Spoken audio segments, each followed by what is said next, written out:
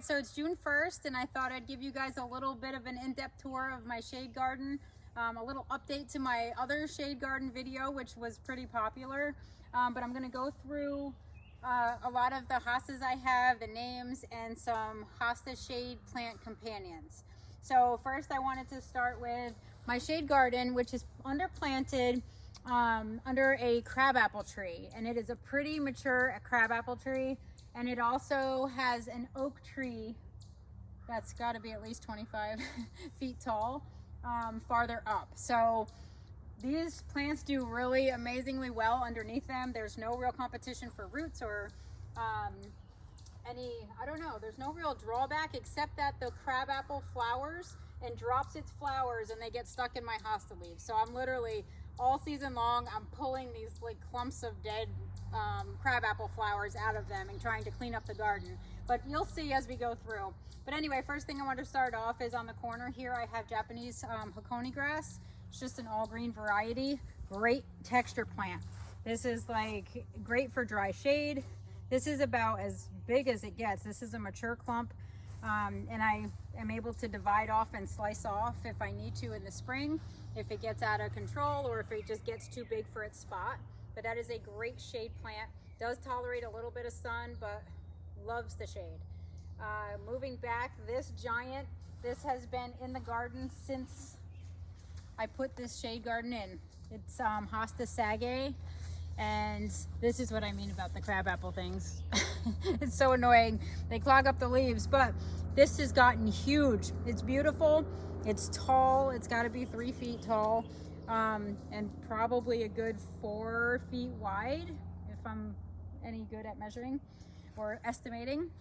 But it is such a beautiful plant, and I love that it's upright. It's kind of an upright vase-shaped hosta.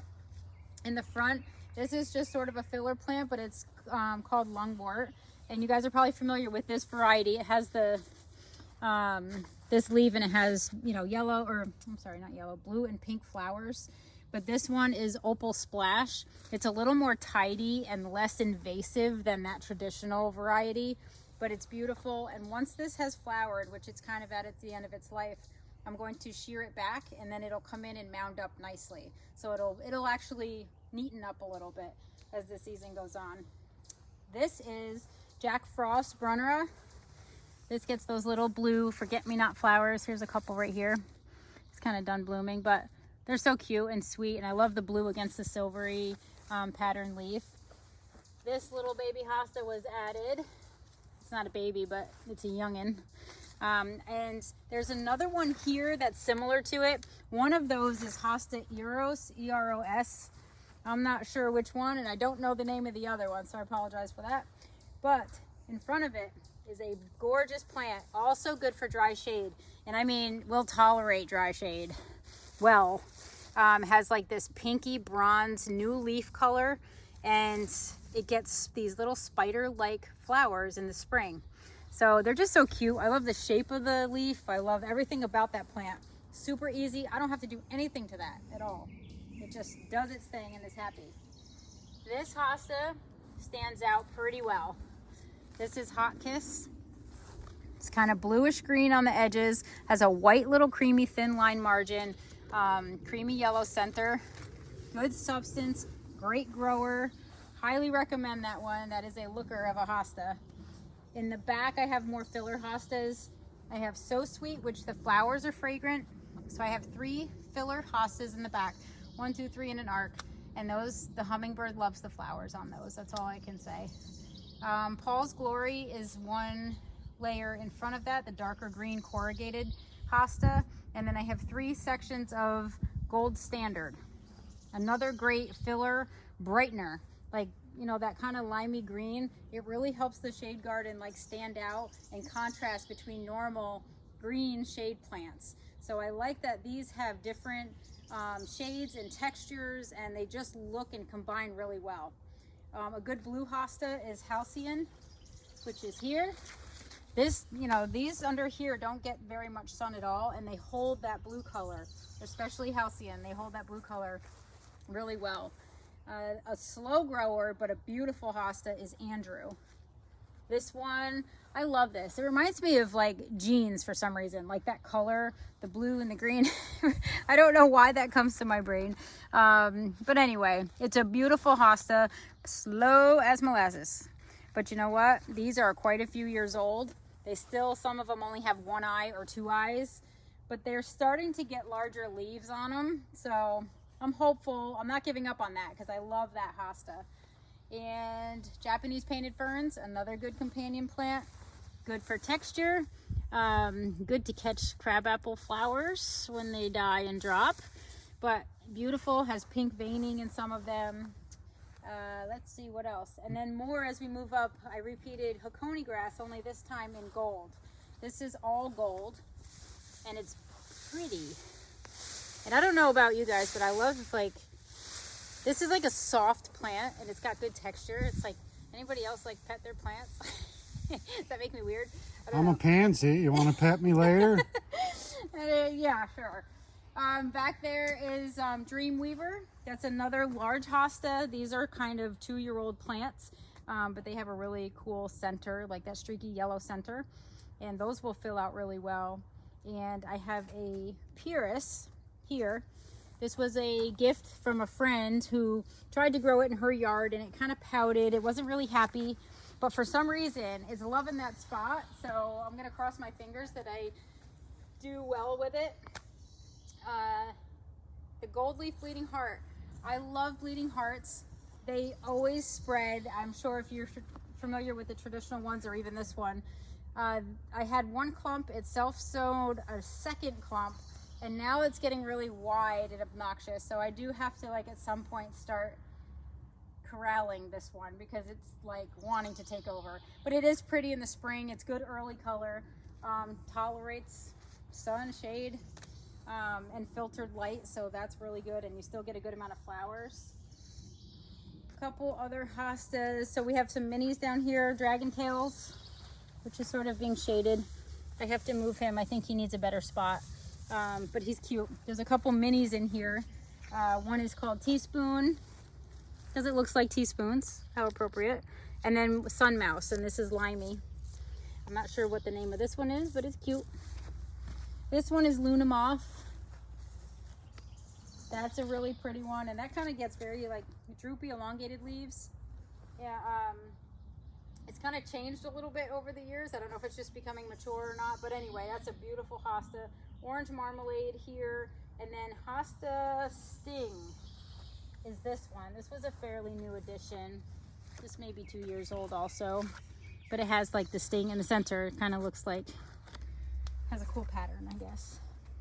Awful lot of hostas. How do you remember all the names to these things? I don't know. So, you know, some of them are really standouts. Like when I see them, I love them and I just remember the name. And other ones, you know, like these are just, you know, just mini greens. I have no idea what their names are. So, but some of these were ones that I purchased recently. So Gray Ghost in the front. This comes up all creamy yellow. And then it has this cool like mirage of yellow and green that it changes to. And it colors up for the season. So I really like the name of that one. I like the way that it comes out in the spring and then it changes. I have a streaky hosta. Have no idea what the name is, streaky hosta. And then Autumn Frost is pretty popular. This one is beautiful, has really good substance on the leaves. St. Elmo's Fire. This came out with a bang and is not really happy.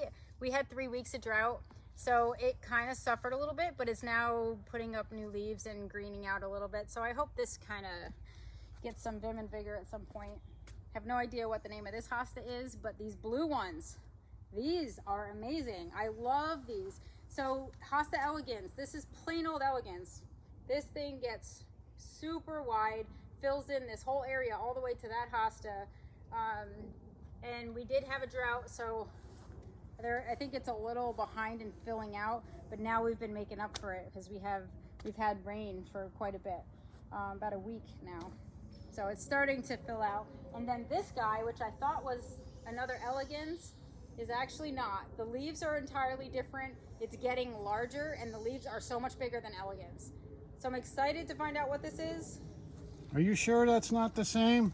I am positive. I actually thought they were in the beginning, but look at the side. These leaves are massive and they're in the same garden, same spot.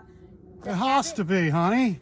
Stop it. It looks just like the other one. That's a bad joke. I thought you were being serious and you're joking. But anyway, yes, they look similar, but this one is huge. Like the leaves are just getting, it's competing for like first prize for biggest hosta in this garden. I know it. What else I can show you? More coney grass. This is all gold again. Beautiful. I love the texture. We have painted ferns back here. We have a couple more hosta. See, these are like large hostas back there. They're actually starting to vase up and get mature sized, but I don't know what the names are. I know June is underneath the tree peony back there. I kind of stuck a June in there. It is right there. Yeah. That's June. But anyway, June's pretty popular, and it should be because it's a standout hosta. I love it. What about my rhododendron back there? I noticed you don't like to point that out. Well, I do, but that's beautiful. This is the first year it's bloomed. So yeah, deer usually eat the buds on it, and it looks sickly and bare by the time spring comes. This is the first year we fenced it in over winter and actually saved the buds. Even though the deer ate the leaves, we actually had the buds remain. So I'm excited about that. How come the deer don't like look at this shade garden as a salad bar? They do. The problem is, well, the thing is, if I keep up on spraying it with that deer fence, it smells like putrefied egg. It's disgusting. So it smells like the septic system. It's horrible. Backed up.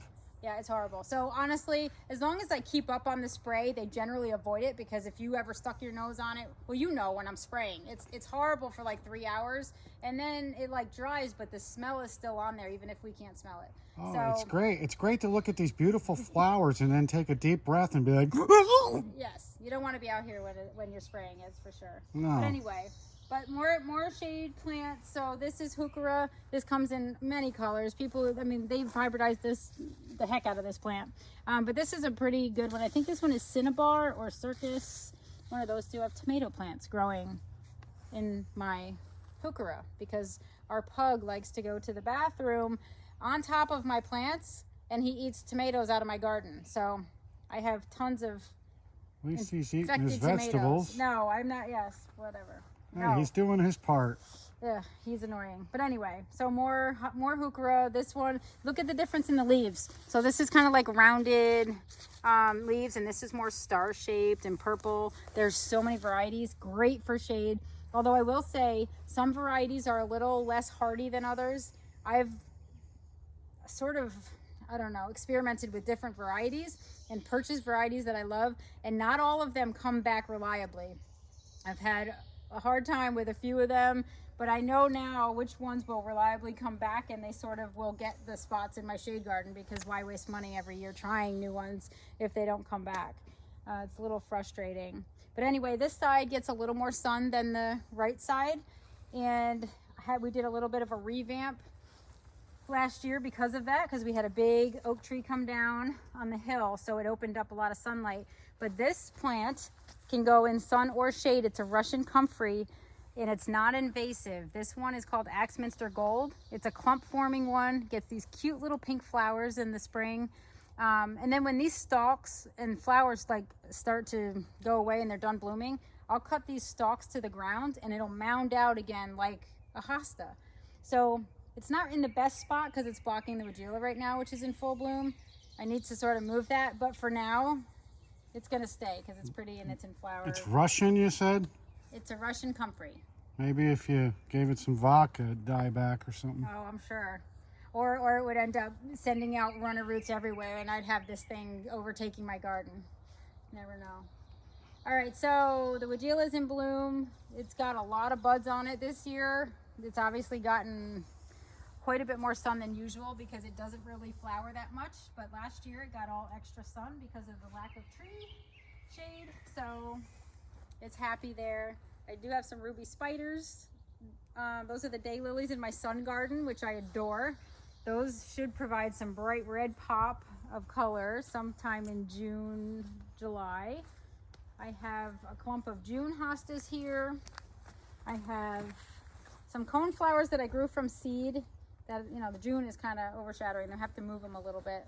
and a hydrangea. So if you guys remember, I said this could be the perfect season because in the usually in New York, it blooms on old wood. So all of these little buds generally start to come out, and then we get late frost and it dies, like the bud dies. So we don't get any of the bloom.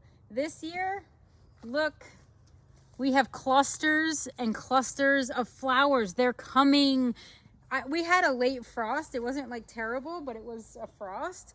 And this one, none of the buds died back. So I don't really know how I got lucky, but this is the first time that any of my big leaf or mop head hydrangeas are gonna bloom on old wood.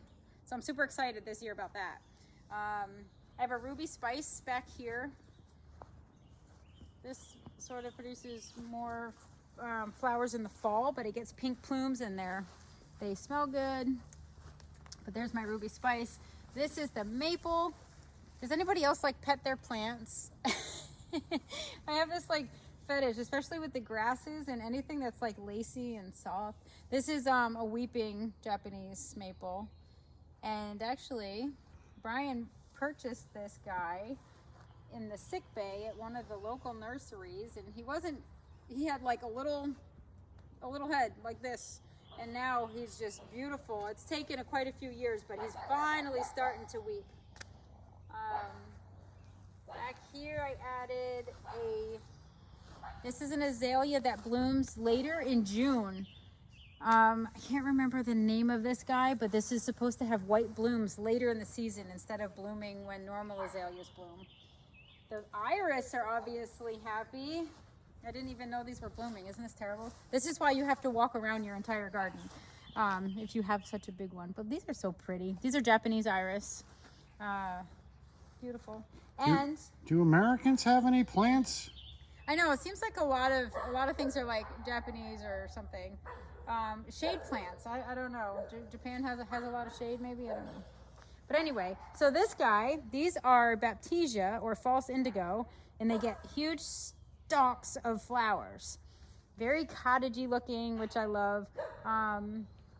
It's got good blooms. I'm not sure why this section it doesn't have a lot of bloom, but this section does. Kind of weird, right? I don't things always make me go but that's one of them. This is another clethra. And, you know, this one's putting out new growth, but it's kind of not doing all that great. It doesn't fill out well, and I think it doesn't get a ton of sun. But peony buds. Oh, this is another one. So this is another one of those big mop head hydrangeas. And look, I have clusters of flowers on the old wood. So I'm thrilled. That never happens. And I said this might be the year that I actually get, if we have a normal spring, we might actually get some blooms on these things. So I'm excited. This is a Weigela called Tuxedo. It's got dark foliage and then beautiful white flowers. And actually before the flowers open, they're pale yellow, which is really cool. So it's kind of like, you know, black and white tuxedo. It's called Tuxedo. Yeah. Now, is that it for Tuxedo? Is it done? These blooms, what happened is the deer ate this. So the deer ate most of the blooms. And this was planted last year. So it's a little small. But this will start to fill out. I'll have to like edge out a little bit more, but Did we get our deposit back after the deer ate the tuxedo? No, definitely not. Columbine. This is a great flower to just let it do its thing. It's got the prettiest, they kind of have nodding flowers, but they have beautiful flowers. And I have purple ones down here. Those look like hummingbird. Would love They're those. so cute, yes. And you know what? They just kind of do their thing and spread wherever they want. Not a ton, but they have this section here, and it's always like a little bit of color back there. And I love the shape of the flower. This is the variegated dogwood, praying hands, which overwintered in a pot. El Nino looks good, although I still have to steal my third clump of El Nino back out of that shade garden that you took from me. And Curly Fries looks happy. Although he's got a lot of stuff he's got a lot of junk in the trunk down here, so I need to spend a day grooming my shade garden. But yeah, so other than that, I mean, this Astilbe, these all have flowers on them. They're coming. This is kind of a plain Jane green hosta, so maybe I move one of the gold leaf bleeding hearts back here. I don't know. I gotta clean that up a little. It's driving me crazy. But here's more Stilby, and then the So Sweet. So that is like sort of a rundown of everything in here, how it does. You know, the left side of the garden definitely gets less sun. And the right side obviously has more flowering things this year because we lost that oak tree. But I revamped it a little bit for a little bit more sun-loving things. And that's what happens. You have to kind of move and navigate your surroundings and your climate and your little ecosystems in your own gardens and figure out what works where. And but yeah, so it's shaping up nice, and I can't wait to do another tour in like a month to show sort of what else is going on. Anyway, I hope you guys enjoyed this. If you have questions on any of the plants or I rambled too fast, please message me in the comments and I'll try to get back to you as quick as I can. And yeah, I hope you enjoyed the tour. Hasta la vista, baby! Oh boy.